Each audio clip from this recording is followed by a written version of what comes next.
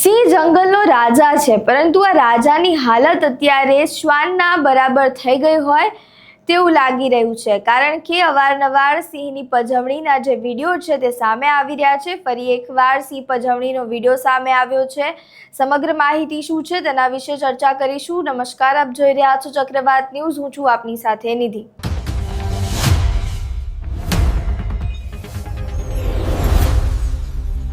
અમરેલીથી સિંહ પજવણીના video સામે આવ્યા છે। અમરેલી કહી શકાય તો અમરેલીમાં સિંહની જે વસ્તી છે તે વધારે છે, કારણ કે ત્યાં આગળ જંગલ વિસ્તાર છે। હવે આ પજવણીના વિડીયો સામે આવતા ત્યાંનું જે તંત્ર છે તેમના દ્વારા કડકમાં કડક પગલાં લેવામાં આવે તેવી કવાયત હાથ ધરવામાં આવી છે। જે વિડીયો સામે આવ્યો છે પહેલા તે જુઓ।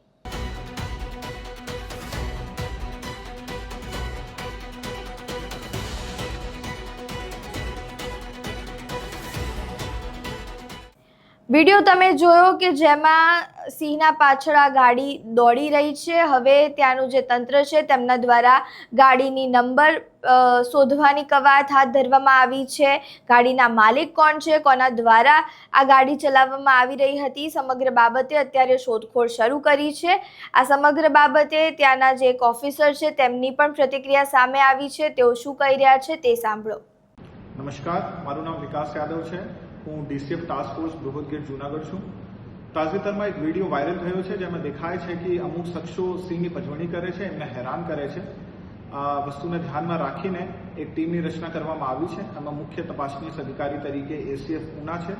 અમે હારે આપણા જો ગીર પૂર્વ વન વિભાગના મોબાઈલ સ્ક્વોડના આરએફઓ છે, ટીમના હિસ્સા છે। એમના હારે આપણા ગીર પશ્ચિમ વન વિભાગના મોબાઈલ સ્ક્વોડના આરએફઓ અને ટાસ્ક ફોર્સ જૂનાગઢના આરએફઓ એમના પાર્ટ છે। હું આ બધાને જણાવવા માંગુ છું કે સિંહ, એશિયાટિક સિંહ જો આપણો સૌરાષ્ટ્રની શાન છે, આપણે ભારત દેશની શાન છે, એક શેડ્યુલ 1નું પ્રાણી છે અને એમની કોઈ પણ હેરાન કરવાની પ્રવૃત્તિ થાય છે તો આ ગુનાનું કૃત્ય છે અને વાઇલ્ડલાઇફ પ્રોટેક્શન એક્ટ 1972 હેઠળ ગુના બને છે। કોઈ પણ શખ્સ એવું કરે છે અને સિંહને હેરાન કરે છે એમને સામે કડકથી કડક પગલાં લેવામાં આવશે। આ પ્રકરણમાં પણ ટીમની ગઠન કરવામાં આવે છે અને ટીમ એક ડિટેલ તપાસ આ બાબત કરશે અને પછી છેલ્લી રિપોર્ટ અહીંયા રજૂ કરવામાં આવશે અને જો પણ શખ્સ આમાં સામેલ છે એમને સામે કડકથી કડક પગલાં લેવામાં આવશે। નમસ્કાર।